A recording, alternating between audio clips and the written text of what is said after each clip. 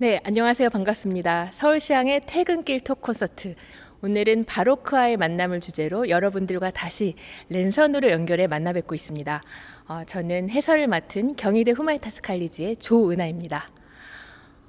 사실 서울시향이 바로크 음악을 연주했던 무대는 꽤 드문 편이었습니다. 그래서 오늘 이 공연, 바로크 시대를 관통하는 프로그램이 굉장히 각별하다고 할 수 있는데요. 우리가 보통 바로크는 객관의 시대라고 얘기를 하죠. 뭔가 낭만주의처럼 감정에 매몰되지 않는다 이렇게 얘기를 하는데, 하지만 오히려 작곡가들이 악보에 아무런 악상 기호를 지시하지 않았기 때문에 연주자의 주관적인 해석이 풍성하게 개입할 여지가 생기기도 합니다. 바로크 특유의 통주저음, 그러니까 작곡가가 미리 정해놓은 베이스라인 위에서 연주자들은 그 즉흥적인 꾸밈음, 장식음들을 추가하면서 자신들의 음악적인 역량을 자유롭게 발휘할 수 있었죠. 자, 이번 공연을 여는 첫 곡은 바흐의 작품을 들을 텐데요. 바흐는 이름 자체가 독일어로 시냇물이란 의미를 갖고 있어요. 그래서 서양 음악의 발원지라고 자주 비유가 되는데, 또 베토벤은 아니다. 바흐는 시냇물이기보다는 드넓은 대양과 같다. 이런 주장을 펼치기도 했습니다. 바흐를 둘러싼 수많은 찬사들이 난무한데, 저 개인적으로는 이 지휘자 존 엘리엇 가디너의 언급이 굉장히 강렬하게 와닿더라고요. 이렇게 얘기를 하죠.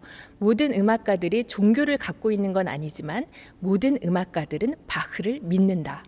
그만큼 음악사적으로 중요한 작곡가라고 하겠습니다. 바흐의 작품 목록은 아주 방대합니다. 이 BWV가 붙은 곡들만 해도 1128개에 이르는데요. 그 중에서도 가장 친숙한 선율로 이 공연의 첫 시작을 열겠습니다. 지선상의 아리아라는 별명으로 널리 알려져 있죠. 보통은 현악기가 연주하지만 오늘은 특별하게 호른이 협연합니다. 자, 바흐의 관현악 모음곡 3번 이 악장 에어를 서울시향의 호르니스트 미샤 에마노프스키의 협연으로 들으시겠습니다. 지휘자 데이빗 이가 이끄는 서울시향 스트링 챔버가 함께합니다.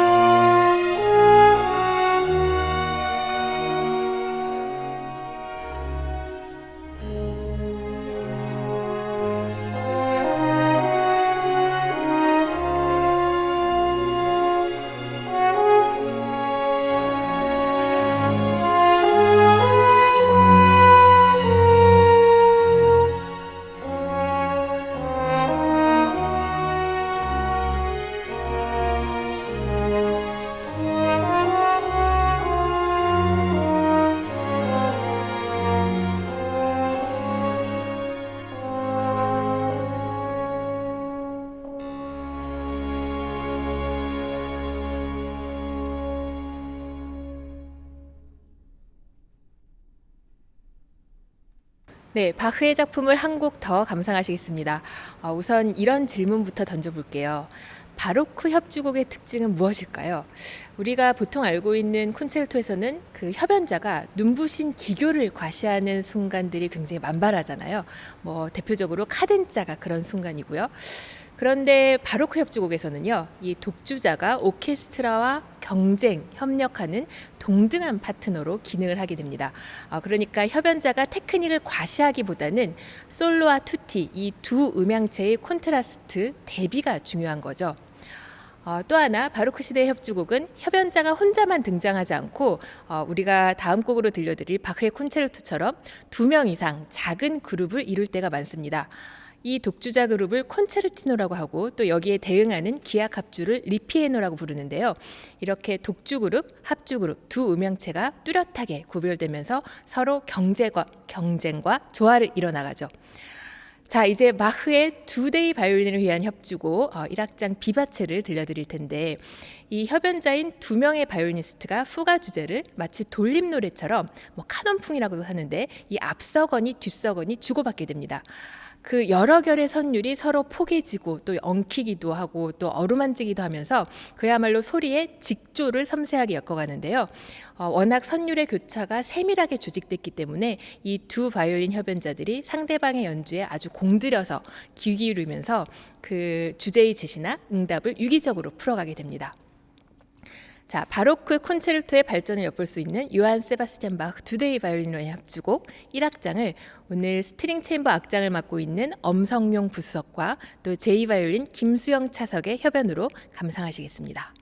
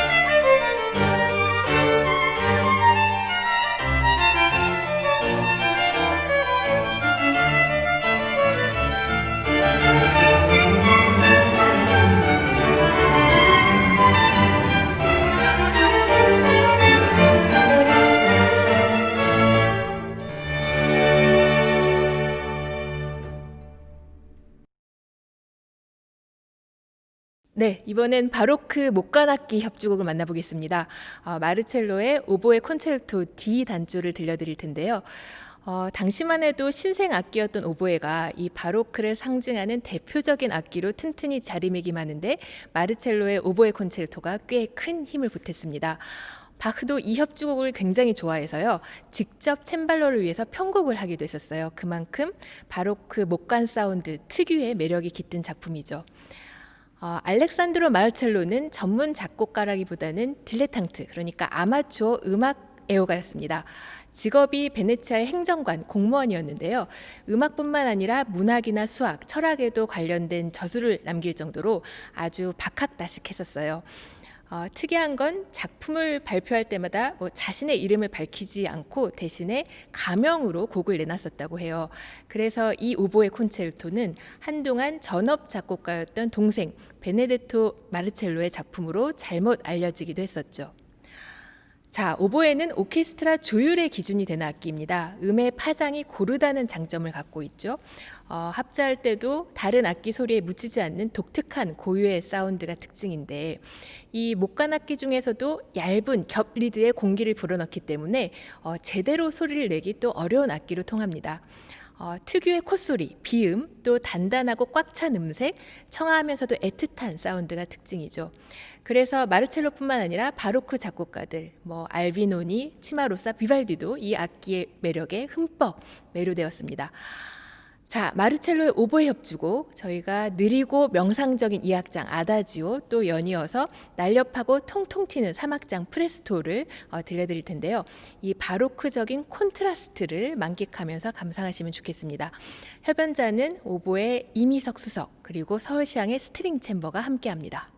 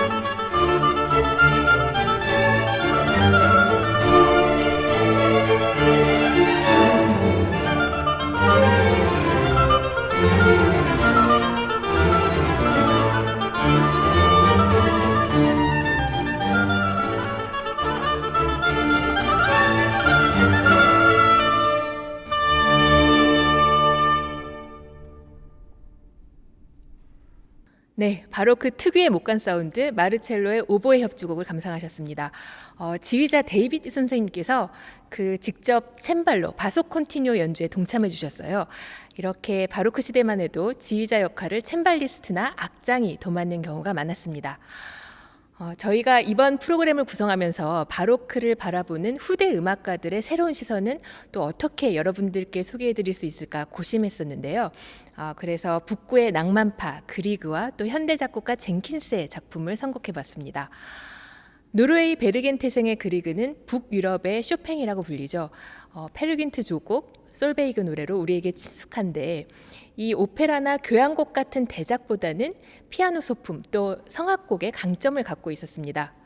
홀베르크 모음곡도 원래는 솔로 피아노를 위해서 작곡했다가 나중에 스트링 앙상블로 편곡했는데요. 요새는 이렇게 여러 현악기가 입체적인 표현이 가능한 스트링 앙상블 편성이 더 자주 무대에 오르죠. 곡의 제목은 북유럽 문학의 아버지라 일컫는 루드비히 홀베르크의 이름에서 가져왔습니다. 이 사람의 탄생 200주년을 기념하는 행사를 위해서 글리그가 홀베르크가 활동했던 바로크 시대의 스타일을 음악적 모티브로 삼았어요. 그래서 원래 제목이 홀베르크의 시대로부터였습니다. 외형은 바로크 모음곡 양식을 골격으로 삼지만 내용은 북구 낭만의 정서를 담고 있죠. 저희는 이 모음곡 중에서도 첫 곡 프렐류드와 마지막 곡 리고동을 감상할 텐데요. 바로크 춤곡 스타일을 따르다 보니까 우선 굉장히 리듬이 특징적이에요. 그래서 첫 곡 프렐류드에서는 토카타풍으로 화려하게 전개가 되는데 이 첫 박과 마지막에 박의 액센트가 실리면서 딴따다단 따다단 따다딴따단 이런 독특한 음역이 시종일관 상쾌한 활력을 부추기고요. 또 이어서 연주해드릴 리고녹은 프랑스 궁정에서 유행했던 활기찬 춤곡에 기원을 두는데 이 그리그가 이걸 단순하게 모방하지 않고 중간부에 그리그의 고향이었던 노르웨이 민속음악 피들의 서정적인 선율을 등장시키게 됩니다. 자, 바로크 음악을 바라보는 새로운 시선, 그리그의 홀베르크 모음곡을 데이빗 이가 이끄는 서울시향 스트링 챔버의 연주로 감상하시겠습니다.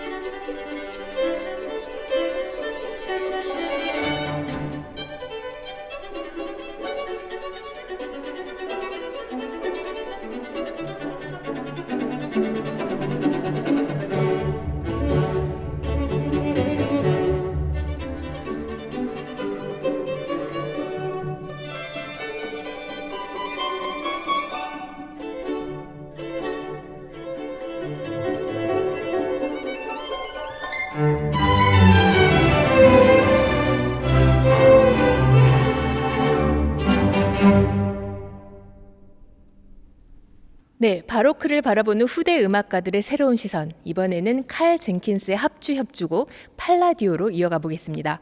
1995년에 작곡됐으니까 비교적 최근의 작품인데요. 이 곡도 역시 제목이 사람 이름이에요. 이 팔라디오는 르네상스 시대에 활동했던 건축가였는데 이 작곡가 젠킨스가 팔라디오가 설계한 건축물에서 영감을 받은 독특한 작품입니다. 다른 현대음악과 달리 고풍스러운 악상이 특징인데요. 건축가 팔라디오가 활동했던 당시 르네상스의 선법을 음악에 자연스럽게 녹여냈기 때문이죠. 작곡가는 건축과 음악의 연관성을 이렇게 설명합니다. 선율의 프레이징은 이의 배수, 수학적인 비례를 고려했고 또 각 악기군의 등장은 마치 건축에서 부분과 전체의 조화처럼 입체적으로 배치했다고 합니다. 젠킨스는 르네상스 건축에서 받은 영감을 이 바로크 시대의 음악 양식인 콘체르토 그로소 합주 협주곡으로 풀어냈는데요. 저희는 1악장 알레그레토를 들려드리겠습니다. 독주악기군과 오케스트라 투티의 대립과 조화에 주력하는 바로크 합주 협주곡이 젠킨스라는 현대 작곡가를 통해서 어떻게 재해석했는지 귀 기울여 주시기 바랍니다. 자, 서울시향의 스트링 챔버 데이빗 이가 지휘합니다.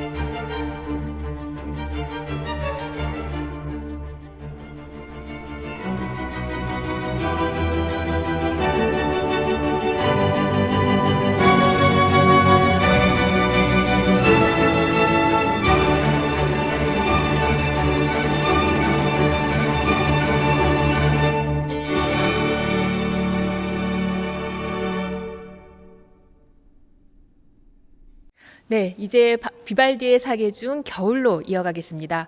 한국인이 좋아하는 클래식 음악을 설문하면 항상 선두를 차지하는 곡이죠.